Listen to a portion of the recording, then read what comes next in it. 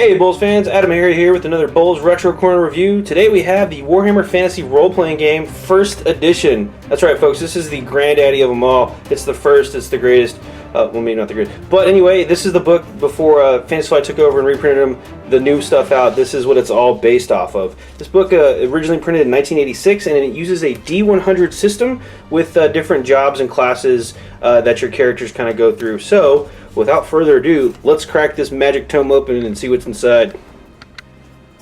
Alright, so here we have it opened up. One of the first things I noticed again is the multiple dice system. It is based off of a D100 system, but you do need a full set of polyhedrals there. So, but the artwork, of course, 1980s, really Tolkien-y inspired kind of look, and I wonder why. Anyway, it was big in the day. So, first thing I want to show you guys here was kind of the skills and skill charts. GW and their charts, man, they love them. Just, you know, different things going through here. This is a classic role-playing game, so, you know, you'd start with your character. This is kind of the character creation stuff.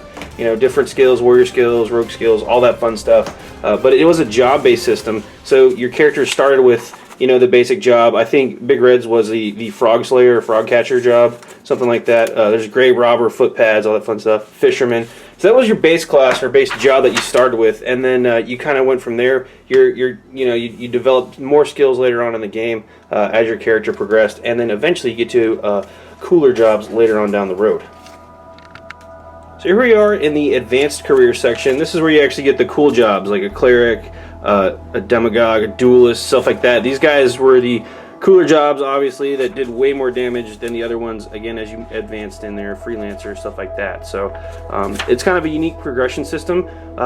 So it's similar to what they had a couple of years ago at the other role-playing game, the other Warhammer Fantasy. So again, this stuff has a pretty good tradition. It's been around for a long time. It's cool stuff. So let's go back to some other cool stuff I found. Alright, one of the things I marked off here was just some of the cool artwork we have, full page spread. But again, more charts, more skills, just a complete list of all the skills in the game, all that fun stuff. We'll flip through here.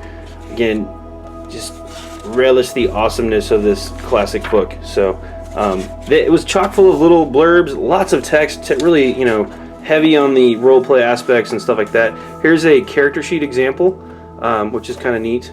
Again, you still use the same stuff, you know, movement, weapon skill, ballistic skill, strength, toughness, wounds, all that fun stuff that we're all pretty familiar with. They do have some other things like dex and int and stuff like that, so, you know, it's been around. GW's been doing it for a long time. This map of the old world, here you go. It hasn't changed a whole lot, actually. Obviously, some of the newer stuff is more detailed, but you can still see here, it's pretty much the same. So, way to go, GW, for consistency. Over here we have the combat section. As you can see here, based on this, I mean, they were all about using the directional stuff, hexes, you know, round base. It actually had different sides, flanks and stuff like that, rear attacks. So they were all about pushing models back then too. They wanted you to use models in the combat system. And if you're familiar with any of the current Fantasy Flight games about critical hits and stuff, you can actually see the same chart kind of set up here, where it's based on the D100 system, where your locations based on what you roll in the dice is where you actually hit the person. So it's kind of neat. It's been around for a long time.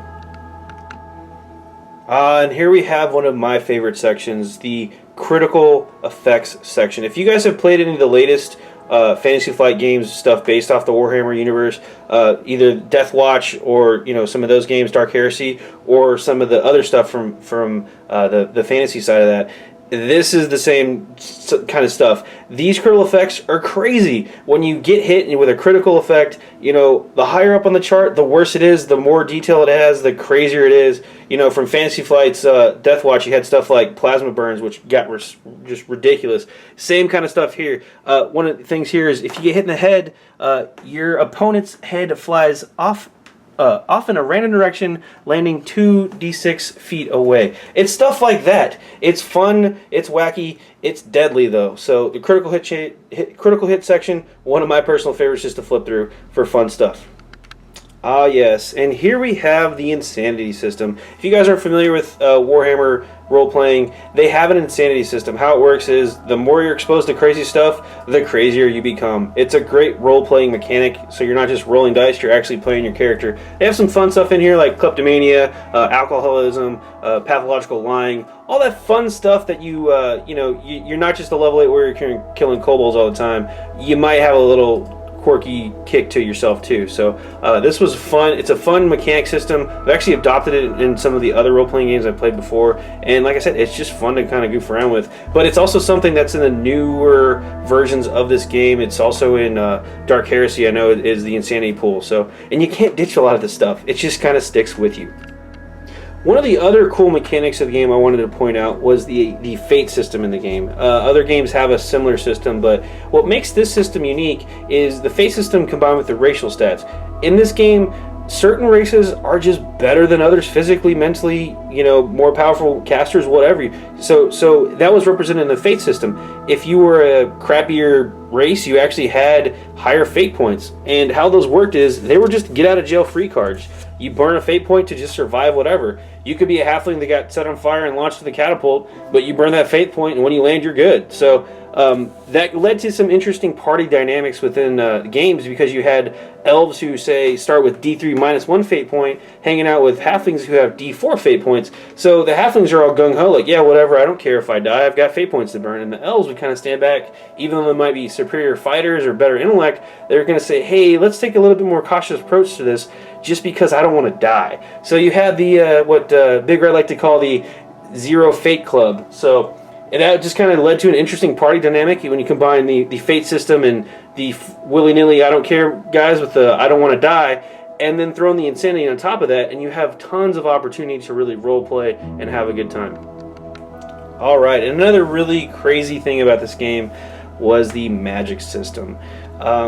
Needless to say, magic in the Warhammer Fantasy universe is crazy. Crazy deadly, but also really difficult to cast and get off. Not only do these spells have a long duration, so you kind of have to play quarterback as the magic user and sit in the back while your buddies are defending you, you had to have the reagents and stuff, and if you didn't have them, the spell didn't work.